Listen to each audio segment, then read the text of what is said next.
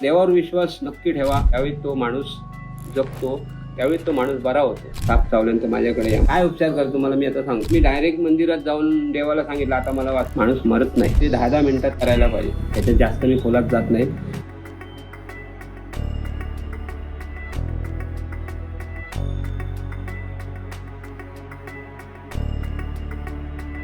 जेव्हा साप एखादा चावतो तेव्हा तो साप कुठचा आहे तो साधारण एखादा मोबाईल वगैरे असेल किंवा कोण असेल त्याचा आधी फोटो काढा. नंतर आपल्याला कळेल की तो साप कुठच्या जातीचा आहे. तर तो मित्रांनो पाठवून कुठचाही साप जरी चावला तुम्हाला माहित नसेल तर एक हे बघा, आता हाताला चावतो किंवा पायाला चावतो शक्यतो.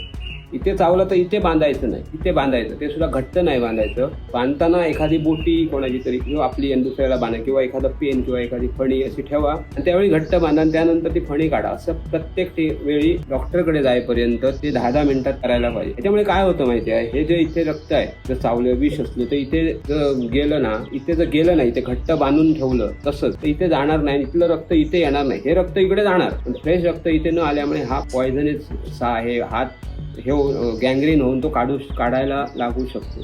त्यामुळे ते कसं करू नका. तसंच पायाला पण मी सांगितल्याप्रमाणे इथे बांधा. प्रथमोपचार आहे ते, पण आपल्याला डॉक्टरकडे जायचंच आहे.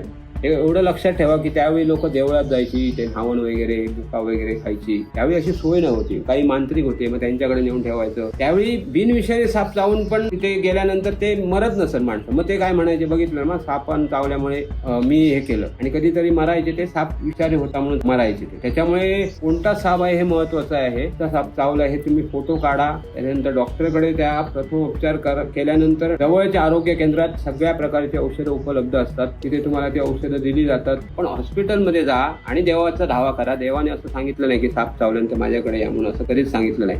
देवाने जे हॉस्पिटल आणि जी औषधं तयार केली, डॉक्टर तयार केले, हे देवाचेच हे आहेत ना, बरोबर ना. देवाचेच आशीर्वाद आहेत. म्हणून माणसाने माणसासाठी जे काही तयार केलंय ते देवाने तयार केलं. तिथे जा तुम्ही. मंदिर म्हणजे मी डायरेक्ट मंदिरात जाऊन देवाला सांगितलं आता मला वाचव असं नाही होत.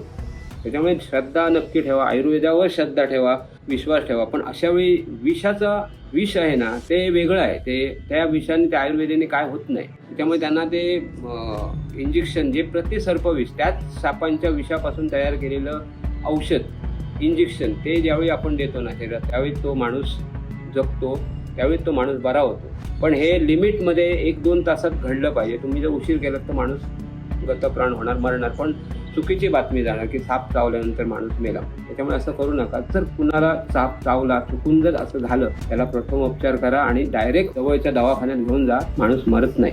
धन्यवाद.